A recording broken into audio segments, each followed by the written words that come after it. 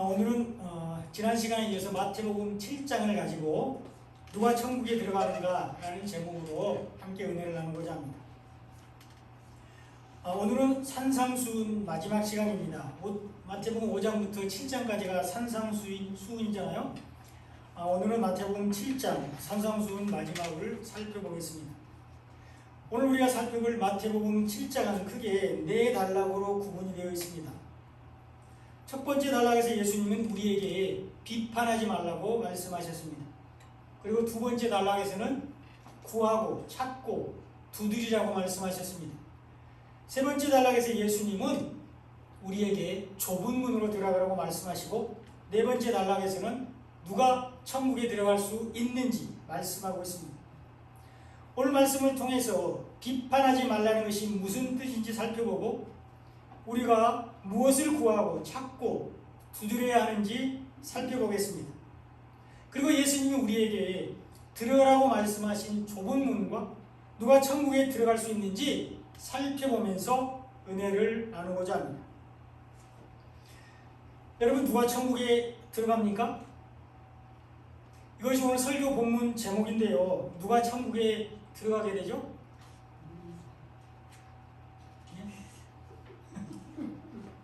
천국에 들어간다는 것은 구원을 받는다는 것인데, 누가 구원을 받습니까? 하나님 믿는 사람? 네, 맞습니다.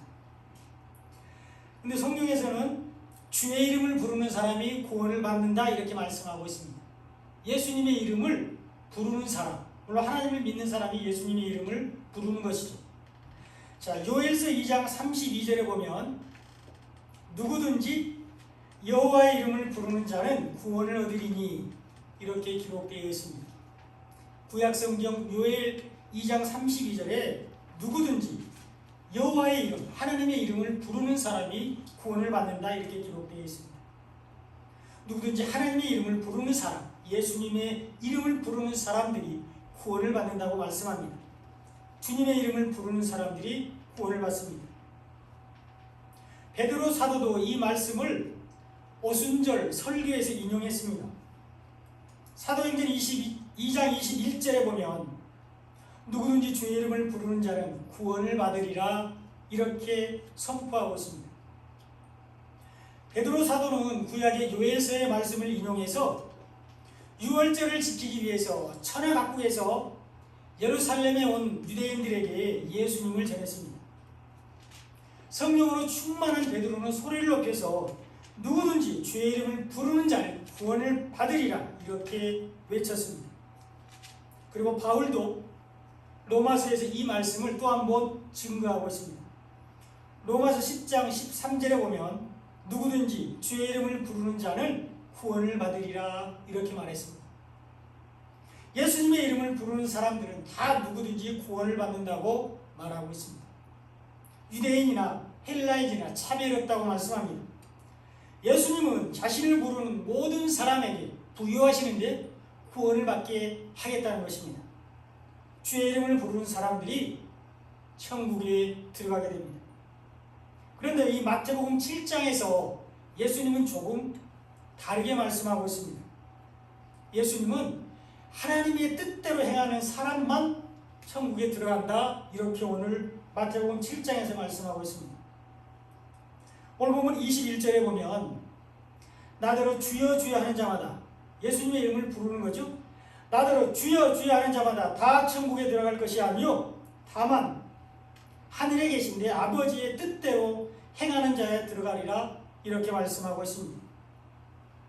그러니까 요엘서와 또 사도행전과 로마서에서 말씀하고 있는 주의 이름을 단순히 부르는 사람이 구원받는 게 아니라 하나님의 뜻대로 행해야 구원을 받는다고 얘기를 하고 있습니다. 단순히 예수님의 이름을 부르는 사람이 천국에 들어가는 것이 아니라 하늘에 계신 아버지의 뜻대로 행하는 사람만 천국에 들어간다고 예수님이 분명히 말씀하는 겁니다. 아무것도 하지 않고 가만히 앉아서 예수님의 이름만 부르는 사람이 천국에 들어가는 것이 아니라 부지런히 하나님의 뜻대로 행동하는 사람, 행하는 사람만 천국에 들어간다고 말하고 있습니다. 단순히 말로만 예수님을 부르는 사람이 구원을 받는 것이 아니라 그 말씀에 순종해서 부지런히 섬기고 헌신하는 사람이 구원을 받는다고 말씀한 것이죠. 이것이 야고보에서 말하는 행함이 있는 믿음입니다. 여러분, 믿음에는 반드시 행함이 따릅니다. 행함이 없는 믿음은 죽은 믿음입니다. 야고보서 2장 14절에 보면 내 형제들아, 만일 사람이 믿음이 인도하고 행함이 없으면, 믿음이 있다고 말은 하지만 행함이 없으면 무슨 유익이 있으리? 그 믿음이 능히 자기를 구원하겠느냐? 이렇게 기록되어 있습니다. 믿음이 있다고 말은 하면서도 아무런 행함이 없으면 유익이 없습니다. 교회 안에서도 성도들 중에도 말하는 것 보면 믿음이 좋은 것 같은데 이래라 저래라 말만 하고 또 잘했네 잘못했네 따지기만 하지 아무것도 안 하는 사람들이 많습니다. 그것은 하나님께서 인정하는 믿음이 아니라는 것입니다. 그 믿음이 자기를 구원하게 할 수 없다고 말하고 있습니다. 이런 믿음은 헛것이라고 야고보서 2장 20절에서 말씀하고 있습니다. 행함이 없는 믿음은 그 자체가 죽은 것입니다. 야고보서 2장 26절에 보면 영혼 없는 몸이 죽은 것 같이 행함이 없는 믿음은 죽은 것이니라 이렇게 기록되어 있습니다. 여러분, 죽음이 뭐예요? 우리 육체에서 영혼이 떠나가는 것이 죽음입니다. 사람에게서 영혼이 떠나는 것, 영혼이 없는 것이 바로 죽음입니다. 마찬가지로 행함이 없는 믿음은 죽은 믿음이라는 것입니다. 믿음에는 반드시 행함이 따라야 합니다. 예수님은 하나님의 뜻대로 행하는 사람만 천국에 들어간다고 말씀하고 있습니다. 그러면서 예수님은 하나님의 뜻이 아닌 자기의 행위를 자랑하는 사람들을 책망하고 있습니다. 오늘 보면 22절에 보면 그날에 많은 사람이 나더러 이르되 주여 주여 두 번씩이나 주님을 부르고 있죠. 주여 주여 우리가 주의 이름으로 선지자 노릇하며 주의 이름으로 귀신을 쫓아내며 주의 이름으로 많은 권능을 행하지 않나이까. 이렇게 할 거라고 예수님이 예언하고 있습니다. 심판날에 많은 사람이 주님 앞에 서서 자신들이 이 땅에서 행한 일들을 다 보고하게 됩니다. 모든 사람들이 이 땅에서 어떻게 살았는지, 주님을 위해서 무엇을 했는지 다 말하게 된다는 것입니다. 하나님을 위해서, 교회를 위해서, 또 복음 전파를 위해서 얼마나 충성했는지 다 말하게 됩니다. 교회 안에서 함께 집체된 성도들을 얼마나 사랑했는지 하나도 숨김없이 다 낱낱이 드러나게 됩니다. 그러나 우리는 순간순간을 잘 살아야 합니다. 내일부터가 아니고 오늘 말씀대로 살아야 한다는 것입니다. 내일부터가 아니고 바로 오늘 하나님의 뜻을 행하며 살아야 합니다. 오늘 본문에 나오는 사람들도 신이 나서 자기들이 어떻게 살았는지 자기들의 삶을 예수님께 보고했습니다. 주여, 우리가 주의 이름으로 선지자 노릇했습니다. 예수님, 우리가 주님의 이름으로 귀신을 쫓아냈습니다. 주님, 우리가 예수님의 이름으로 많은 권능을 행했습니다. 이렇게 자기들의 행위를 자랑했습니다. 그들은 선지자들 같이 하나님의 말씀을 가르쳤습니다. 그들은 선지자 흉내를 내면서 예수님의 말씀을 전했습니다. 그러나 예수님은 그들을 선지자로 인정하지 않았습니다. 선지자 노릇을 했다고 오히려 책망하고 있습니다. 그들이 전한 것이 바른 교훈과 바른 말을 따르는 것이 아니기 때문입니다. 그들이 전하는 것이 생명의 말씀이 아닌, 복음이 아닌 다른 복음, 거짓 복음이었기 때문입니다. 그래서 예수님은 그들을 선지자가 아닌 선지자 노릇을 했다고 책망했습니다. 또한 그들은 예수님의 이름으로 귀신을 쫓아냈다고 자랑했습니다. 그러나 예수님은 여전히 그들을 책망하셨습니다. 그들이 귀신을 쫓아낸 것은 예수님의 이름이 아니었기 때문입니다. 그들이 생명의 말씀인 복음으로 귀신을 쫓아낸 것이 아니기 때문입니다. 바른 교훈과 바른 말을 가지고 귀신을 쫓아낸 것이 아니었기 때문입니다. 그런데 이상한 것은 그런데도 귀신이 나가는 경우가 있습니다. 이것이 사단의 괴계입니다. 이것이 사단의 전략입니다. 그리고 이런 일들은 지금도 흔히 일어나고 있습니다. 예수님 당시에도 예수님이 귀신을 쫓아냈을 때 사람들은 예수님이 귀신의 왕 바알세불을 힘입어서 귀신을 쫓아낸다고 예수님을 비난했던 적이 있습니다. 사탄은 예수님을 대적하고 성도들을 유혹하기 위해서 수단과 방법을 가리지 않습니다. 사탄은 우는 사자처럼 삼킬 자를 찾고 있습니다.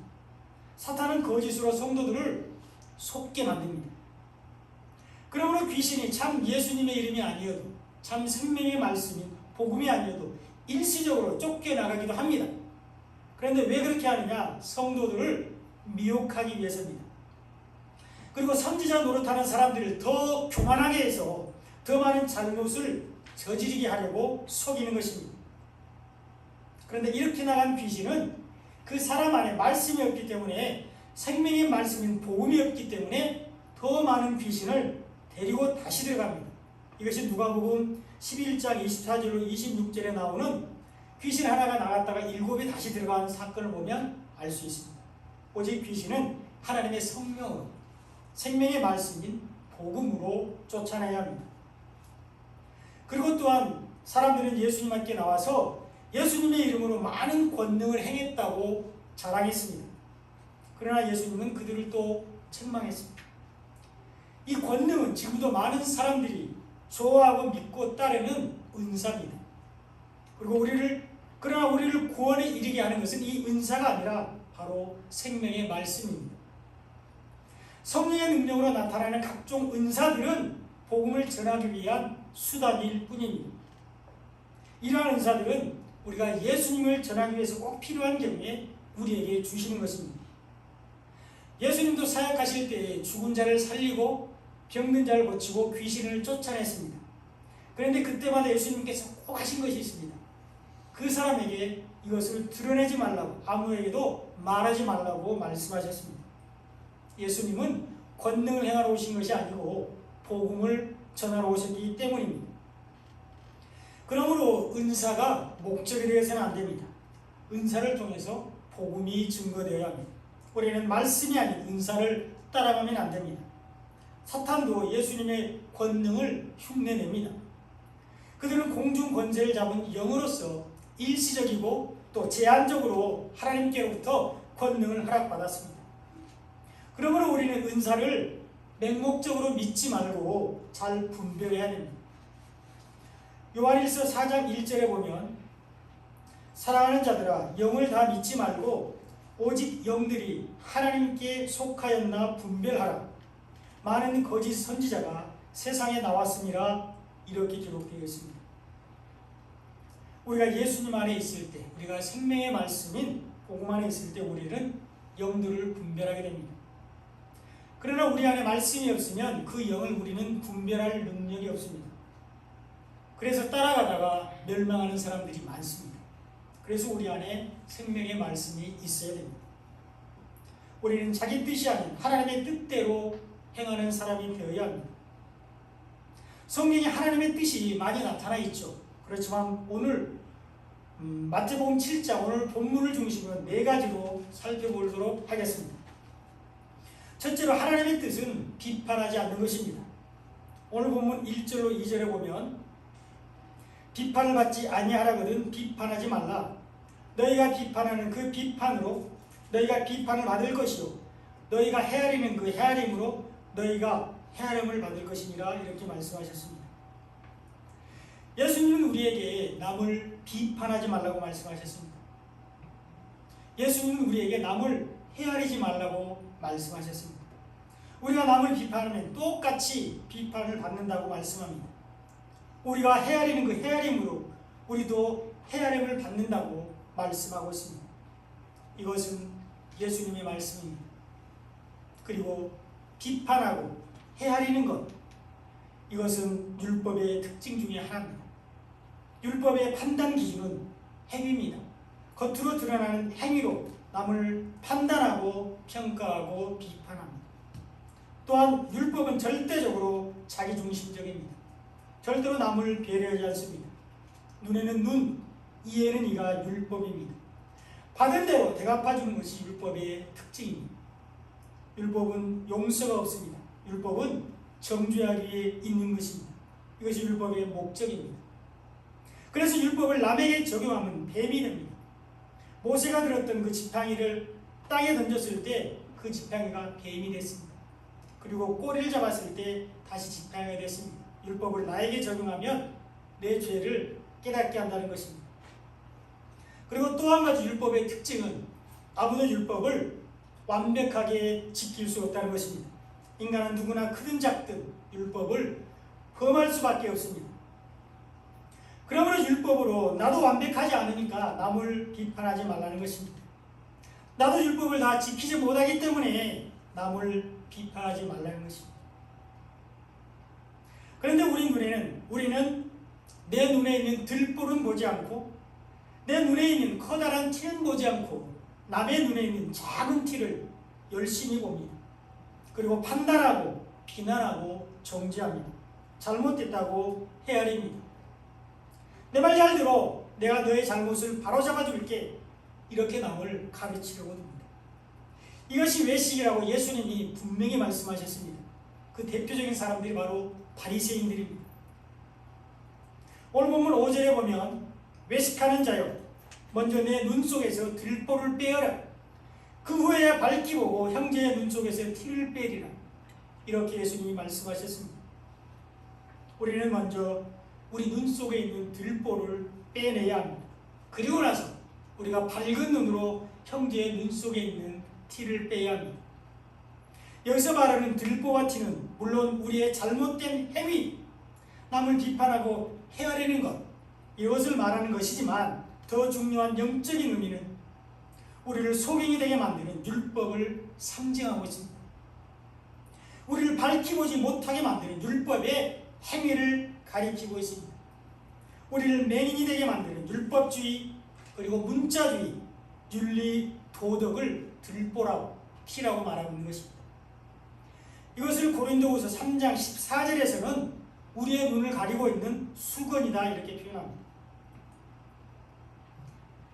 그들의 마음이 완고하여 오늘까지도 구약을 읽을 때, 하나님의 말씀을 읽을 때 그 수건이 벗겨지지 아니하고 있으니 그 수건은 그리스도 안에서 없어질 것이라, 이렇게 기록되어 있습니다. 사람들의 마음이 완고해서 구약을 읽을 때 수건이 벗겨지지 않는다고 말씀합니다. 사람들이 율법 안에 매여 있어서 하나님의 말씀을 깨닫지 못한다는 것입니다. 사람들이 복음을 깨닫지 못해서 성경을 문자적으로만 보고 있다는 것을 들보와 티라고 말하는 거죠. 그리고 우리의 눈을 가리고 있는 수건이라고 말하고 있습니다. 이 들보와 티는 예수님 안에서, 복음 안에서만 빠지게 됩니다. 복음이신 예수님이 율법을 완성하시고 우리에게 복음을 주셨기 때문입니다. 마태복음 5장 17절에서 예수님은 율법을 완전하게 하셨다고 말씀하셨습니다. 예수님은 모든 믿는 자에게 의를 이루기 위하여 율법의 마침이 되셨습니다. 우리에게 있는 율법의 티인 들보와 티는 예수님 안에서, 복음 안에서만 빠지게 됩니다. 고린도후서 3장 16절로 17절에 보면 그러나 언제든지 주께로 돌아가면 그 수건이 벗겨지리라. 주는 영이시니 주의 영이 계시는 곳에는 자유가 있느니라. 이렇게 기록되어 있습니다. 우리가 언제든지 예수님께 돌아가면 우리의 눈을 가리고 있는 율법의 수건이 벗겨집니다. 우리가 언제든지 말씀으로 돌아가면 우리의 눈에 있는 율법의 들보와 티가 빠지게 됩니다. 우리가 언제든지 복음으로 돌아가면 우리는 율법의 멍에서 벗어나게 됩니다. 우리는 언제나 영이신 예수님 안에서 참 자유를 누릴 수 있습니다. 우리는 언제나 진리의 말씀 안에서 참 평강을 누릴 수가 있습니다. 우리는 언제나 복음 안에서 율법의 무거운 멍에를 벗고 참 안식을 누릴 수가 있습니다. 예수님은 이 복음을 거룩하고 값진 진주 같다, 이렇게 말씀하셨습니다. 오늘 보면 6절에 보면 거룩한 것을 개에게 주지 말며 너희 진주를 돼지 앞에 던지지 말라. 그들이 그것을 발로 밟고 돌이켜 너희를 찢어 상하게 할까 염려하라. 이렇게 예수님이 말씀하셨습니다. 거룩한 것을 개에게 주지 말라고 말씀하셨는데요, 여기서 말하는 거룩한 것은 생명의 말씀인 복음을 말하고 있고요, 여기에 나타나는 개는 복음으로 왔다가 다시 율법으로 돌아간 사람들을 개라고 표현하고 있습니다. 좀 심하게 표현하고 있죠. 또한 진주를 돼지 앞에 던지지 말라고 말씀하고 있는데 진주도 거룩한 복음을 말하는 것이고요. 여기서 말하는 돼지는 율법이 가득한 사람, 탐심이 가득한 사람을 가리키는 말입니다. 베드로후서에 보면 이 복음을 알지 못하는 사람들을 짐승, 개, 돼지로 표현하고 있습니다. 베드로후서 2장 12절에 보니까 이 사람들은 본래 잡혀 죽기 위하여 난 이성 없는 짐승 같아서, 짐승이라고 표현하고 있죠. 그 알지 못하는 것을 비방하고 그들의 멸망 가운데서 멸망을 당한다, 이렇게 기록되어 있습니다. 복음을 알지 못하는 사람들, 그리고 또 거짓 선지자들, 거짓 선생들을 이성이 없는 짐승, 이렇게 표현합니다. 그래서 그들은 알지 못하는 것을 비방하고 있는데요, 그들이 알지 못하는 것이 바로 복음입니다. 그들은 복음을 알지 못해서 비방하고 그로 인해서 멸망을 당하게 된다는 것입니다. 또 베드로후서 2장 22절에도 보면 참된 속담에 이르기를 개가 그 토했던 것에 돌아가고 돼지가 씻었다가 더러운 구덩이에 도로 누웠다 하는 말이 그들에게 응하였다, 이렇게 기록되어 있습니다. 우리가 잘 알듯이 이 개의 특징은 뭐죠? 짖는 것입니다. 소리를 내서 짖는 게 개의 특징입니다. 다른 말로 하면 말만 무성한 사람들을 비유적으로 표현한 말입니다. 율법으로 남을 비판하고 책망하는 사람들을 개라고 말씀하고 있습니다. 외식하는 사람들을 개로 묘사하고 있습니다. 그리고 돼지는 욕심이 가득한 사람, 율법이 가득한 사람을 부르는 말입니다. 그러므로 개가 토한 것과 돼지가 씻었다는 것은 우리가 다 지킬 수 없는 율법을 상징합니다. 그리고 율법을 버리고 복음 안에서 거룩하고 깨끗하게 된 사람들이 다시 율법으로 돌아가는 것을 개가 토했던 것에 돌아가고 돼지가 씻었다가 그 구덩이에, 더러운 구덩이에 다시 누웠다, 이렇게 말씀하고 있습니다. 예수님은 오직 우리가 복음 안에 있기를 바라십니다. 그러므로 첫 번째 하나님의 뜻이 이 비판하지 말라는 말씀은 우리에게 율법에 머물러 있지 말고 복음으로 나오라는 것을 말하고 있습니다.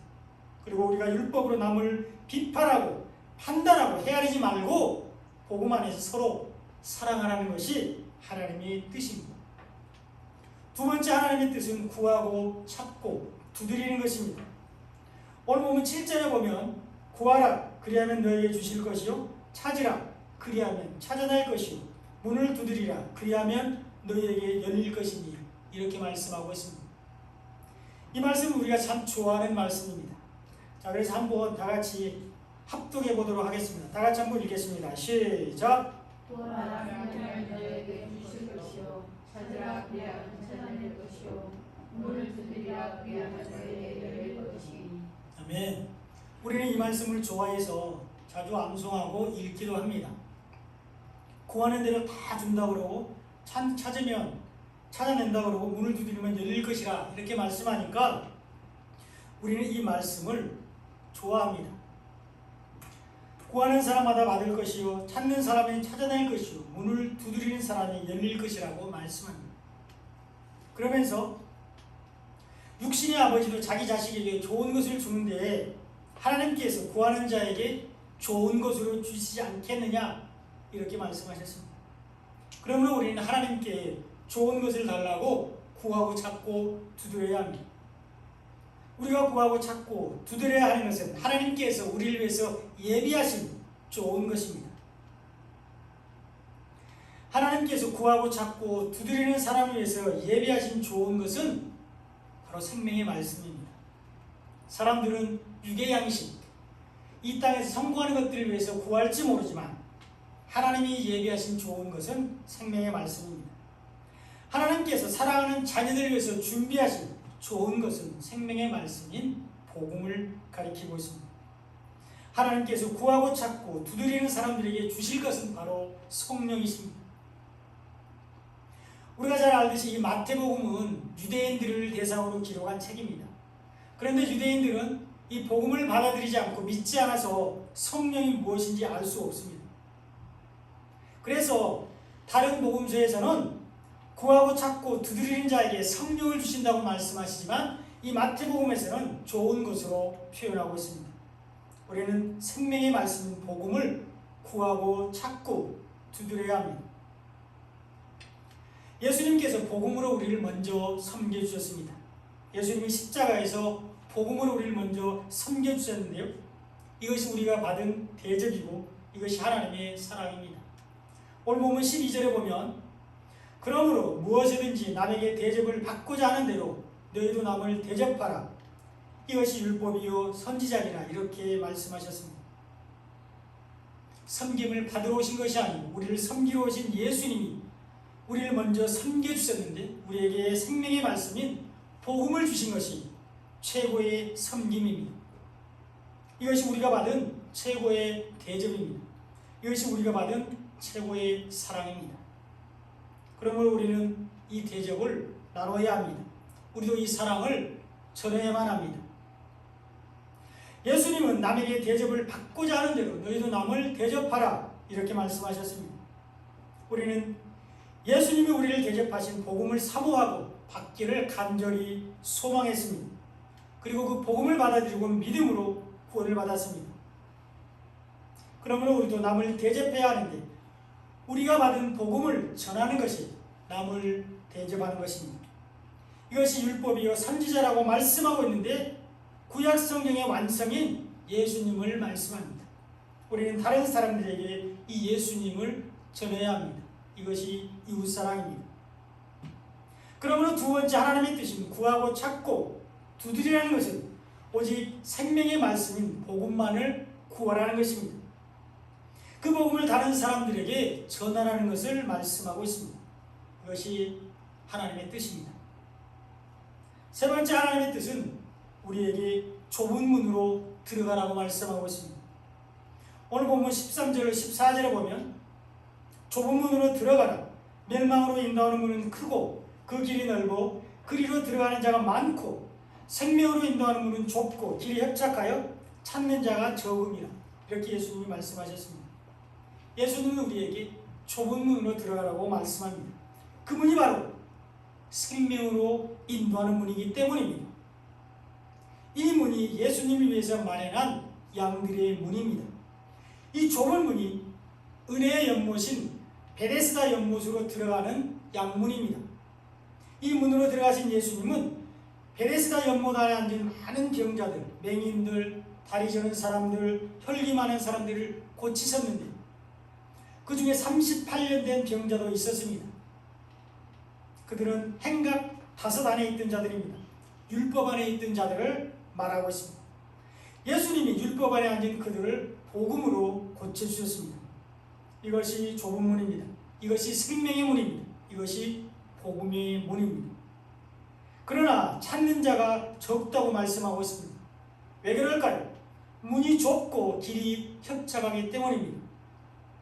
문이 작아서 들어가기가 힘들고 협착한 길은 걷기에 불편하기 때문입니다.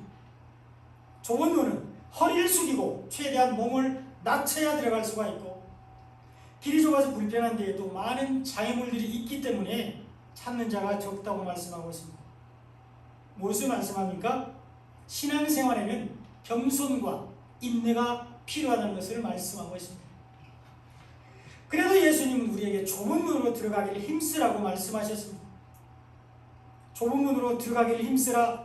내가 너에게 이르노니 들어가기를 구하여도 못하는 자가 많다. 이렇게 누가복음 13장 24절에서 예수님이 말씀하셨습니다. 그럼 이 문은 누가 들어갈 수 있습니까? 이 좁은 문은 하나님께서 사랑하는 사람들이 들어가는 문입니다. 이 문은 하나님을 전심으로 사랑하는 사람들이 들어가는 문입니다.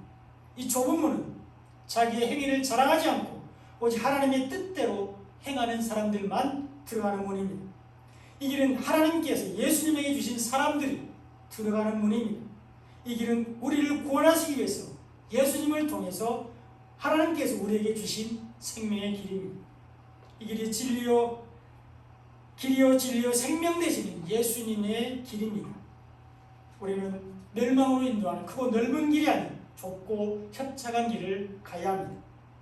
우리는 많은 사람이 찾는 크고 잘 포장된 길이 아니라 찾는 사람이 적을지라도 생명으로 인도하는 좁은 길로 가야 합니다. 우리는 어떠한 환난과 고난이 있을지라도 겸손히 이 길을 가야만 합니다. 사람이 많다고 항상 옳은 것은 아닙니다. 많은 사람이 선택한 길이 반드시 맞는 길은 아닐 수 있습니다. 누구를 중심으로 모여있고 그 길을 인도하는 자가 누구인지가 중요합니다. 우리의 모임에는 예수님이 계셔야 합니다. 그것이 생명의 말씀이 있는 복음의 교회입니다. 우리는 예수님이 만드신 생명의 길을 가야 합니다. 그것이 하나님께로 인도하는 진리의 길입니다. 우리는 좁은 문으로 들어가기를 힘써야 합니다. 좁은 문은 아무런 노력 없이 저절로 들어가지는 문이 아닙니다. 예수님을 믿어야 들어가는 문입니다. 복음을 받아들여야 갈 수 있는 문입니다. 예수를 믿는 것 때문에 환난과 어려움을 이겨내야 갈 수 있는 문입니다. 복음 때문에 당하는 애매한 고난과 핍박을 견뎌야 갈 수 있는 문입니다. 교회 다니는 것 때문에 당하는 불편을 감수해야 갈 수 있는 문입니다. 율법으로 남을 비판하는 사람이 아니라 복음으로 형제를 사랑하는 사람만이 들어갈 수 있는 문입니다. 우리는 좁은 문으로 들어가야 합니다. 이것이 하나님의 뜻입니다. 마지막으로 하나님의 뜻은 우리가 아름다운 열매를 맺는 것입니다. 오늘 본문 19절로 20절에 보면 아름다운 열매를 맺지 않은 나무마다 찍혀 불에 던져지느니라. 이러므로 그들의 열매로 그들을 알리라. 이렇게 말씀하고 있습니다. 하나님의 뜻은 우리가 아름다운 열매를 맺는 것입니다. 그렇지 않으면 찍혀서 불에 던져진다고 말씀하고 있는데 심판을 받는다는 것입니다. 구원을 받지 못한다고 말씀하고 있습니다. 그러므로 우리는 아름다운 열매를 맺어야 하는데 이 아름다운 열매는 좋은 나무에서만 얻습니다. 그리고 그 좋은 나무에 붙어있는 가지에서만 얻을 수가 있습니다. 예수님이 아름다운 열매를 맺게 하는 좋은 나무입니다. 요한복음 15장 1절로 2절에 보면 나는 참 포도나무요 내 아버지는 농부라. 무릇 내게 붙어있어 열매를 맺지 아니하는 가지는 아버지께서 그것을 제거해 버리시고 무릇 열매를 맺는 가지는 더 열매를 맺게 하여 그것을 깨끗하게 하시느니라. 이렇게 기록되어 있습니다. 예수님이 바로 아름다운 열매를 맺게 하는 좋은 나무입니다. 그러므로 우리가 예수님 안에 있을 때 우리도 아름다운 열매를 맺게 됩니다. 우리가 예수님이 주신 복음 안에 있을 때 우리는 아름다운 열매를 맺게 됩니다. 우리가 복음 안에서 주님과 동행할 때 우리는 아름다운 열매를 맺게 됩니다. 말씀을 듣고 행하는 사람, 순종하는 사람이 아름다운 열매를 맺습니다. 이런 사람들은 그 집을 반석 위에 지은 지혜로운 사람 같다. 이렇게 예수님 말씀하셨습니다. 그래서 비가 내리고 창수가 나고 바람이 불어 그 집에 부딪히되 무너지지 아니하나니 이는 주추를 반석에 놓은 까닭이라. 여기서 말하는 반석이 예수님인 것을 우리가 잘 압니다. 오늘 본문 25절에서 예수님이 이렇게 말씀하셨습니다. 이런 사람들은 믿음의 기초가 예수님이기 때문에 어떤 어려움이 와도 무너지지 않습니다. 이런 사람들은 신앙생활의 근본이 자신의 행위가 아닌 예수님의 은혜이기 때문에 넘어지지 않습니다. 이런 사람들이 맺는 열매가 아름다운 복음의 열매, 구원의 열매입니다. 하나님의 뜻은 우리가 아름다운 열매를 맺는 것입니다. 이제 말씀의 결론입니다. 예수님은 하나님의 뜻대로 행하는 사람만 천국에 들어간다고 말씀하셨습니다. 그러므로 우리는 천국에 들어가기 위해서 하나님의 뜻을 행하는 사람이 되어야 됩니다. 하나님의 뜻은 우리가 비판하지 않는 것입니다. 우리가 율법에 머물러 있지 않고 복음으로 나오는 것이 비판하지 않는 것입니다. 율법으로 남을 비판하고 헤아리지 말고 복음으로 사랑하는 것, 서로 사랑하는 것이 하나님의 뜻입니다. 우리가 구하고 찾고 문을 두드리는 것이 하나님의 뜻입니다. 우리는 오직 생명의 말씀인 복음만을 구하고 찾아야 합니다. 그리고 복음을 다른 사람들에게 전해서 그들에게도 복음의 문이 열려지게 하는 것이 하나님의 뜻입니다. 하나님의 뜻은 우리가 좁은 문으로 들어가는 것입니다. 우리가 예수님이 복음으로 만드신 생명의 길을 가는 것이 좁은 문으로 들어가는 것입니다.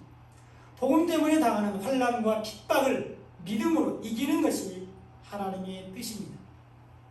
우리가 아름다운 열매를 맺는 것이 하나님의 뜻입니다. 우리가 예수님 안에 있을 때 우리는 아름다운 복음의 열매, 구원의 열매를 맺을 수가 있습니다. 우리가 복음 안에서 예수님과 동행하는 것이 하나님의 뜻입니다. 사랑하는 여러분, 날마다 하나님의 뜻을 이루는 삶을 사시기 바랍니다. 매일의 삶 가운데 구원의 축복이 넘쳐나시기 바랍니다. 복음 안에서 날마다 천국의 축복을 누리는 삶을 사시기를 예수님의 이름으로 축원드립니다. 기도드리겠습니다.